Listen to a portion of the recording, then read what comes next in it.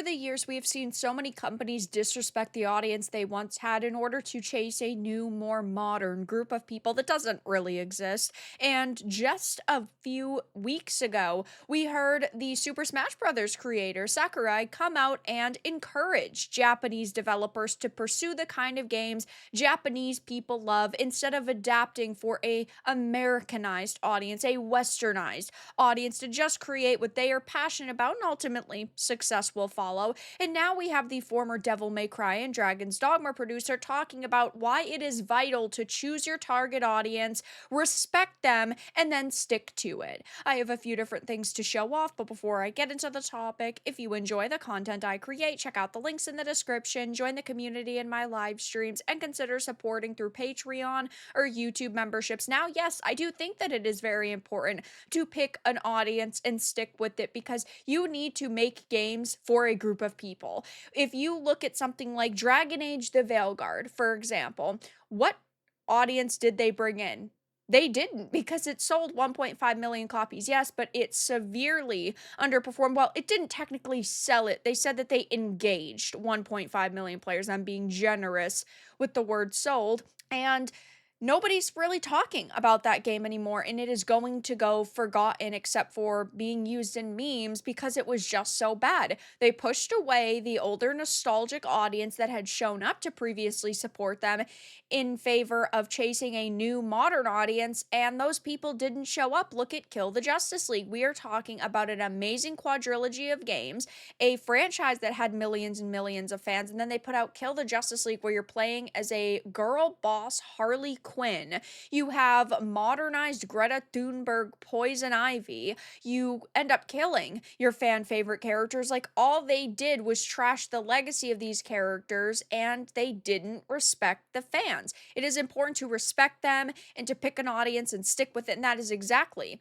what they're saying here. So, in a recent interview with Famitsu, Capcom veteran and CEO of GP Track 50, Hiroyuki Kobayashi, had talked about his decision to market his studio's unannounced new game to the overseas market, sharing insights into how his extensive experience as a game producer has shaped his views on how to successfully market a game. Prior to becoming head of NetEase Games GP Track 50, he spent 27 years at Capcom, so he definitely knows what he's talking about. He debuted as a game producer on Dino Crisis 2, went on to be a producer for Resident Evil, Devil May Cry. I mean, we're talking about a lot of games here. And when asked about how the role of game producer has changed with the times, he comments, "In the past, we used to start work on a game with just a vague idea of how this seems interesting. If we had experienced developers working on it, we'd be able to make it a success somehow, but now it's no longer possible to sell a game only because it is fun." There are a lot of games out there, and it is becoming increasingly hard to become a game developer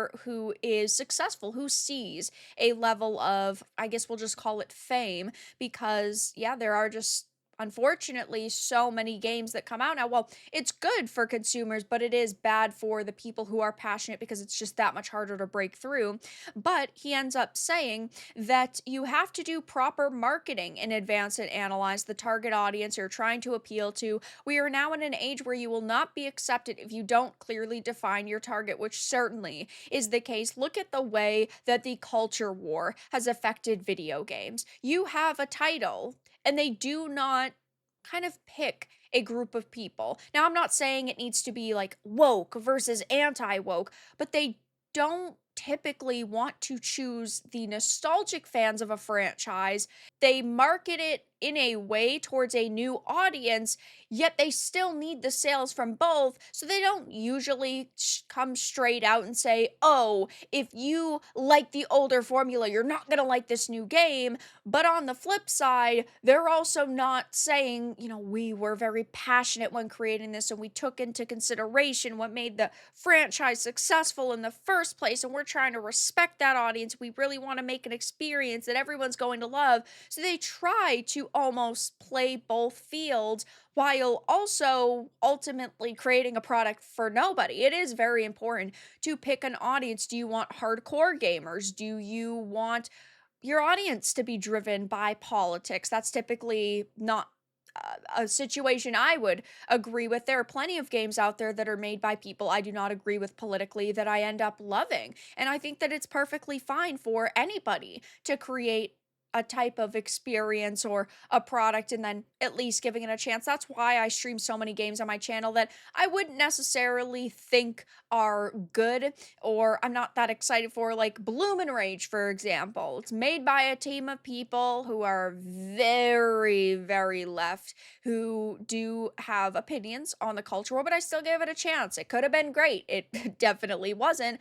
It's like Kill the Justice League. We know that Rocksteady is a shell of the company they once were, and they have definitely modernized over the years. I still gave it a chance because I was hoping that they'd be able to create something amazing because they had the foundation for it, and they didn't. It is important to define your target and pick an audience, but it's also important to respect them. Now that I've ranted for a few minutes with my opinions and you know what they are, you are going to see the problem I have with the next statement. He mentions that the unannounced game GP Track 50 is currently working on happens to be targeted towards the overseas game market. As such, he does not expect it to sell very well in Japan. He accepts that this and does not plan to make midway changes to the game to try and appeal to the Japanese market in a half-hearted way. If we were to incorporate such changes, the game's development would steer in the wrong direction. So this is a very mixed statement to me because it is good that they are not trying to do half-hearted things. They're not trying to make half-hearted changes to appeal to a certain audience,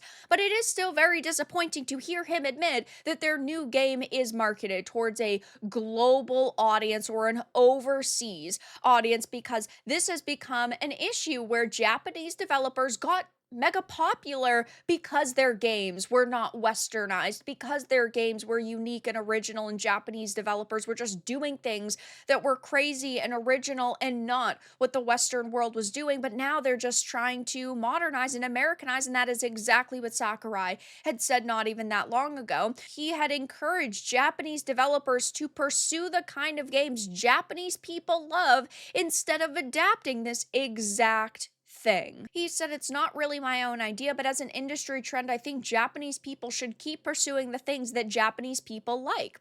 He goes on to explain that the success of various Japanese games in the US kicked off a trend of making Americanized works, or he notes, you could say that there was a culture of following de facto standards, and he is referring to practices that get adopted as widespread norms by the industry as an outcome of market competition. However, he feels that people overseas who love Japanese games aren't looking for this kind of filtered experience, but rather I think they seek the uniqueness and fun of Japanese games, which is 100% correct. The reason why Japanese games became so popular is because they were so different and unique and original and really fun, and we do not want a filtered, watered down, Americanized experience of this. So he is sort of saying exactly what this CEO and Capcom vet is doing. Now, I do think that the vet's comments are good. Hiroyuki is correct when he's saying that it is vital to choose a target audience and stick to it.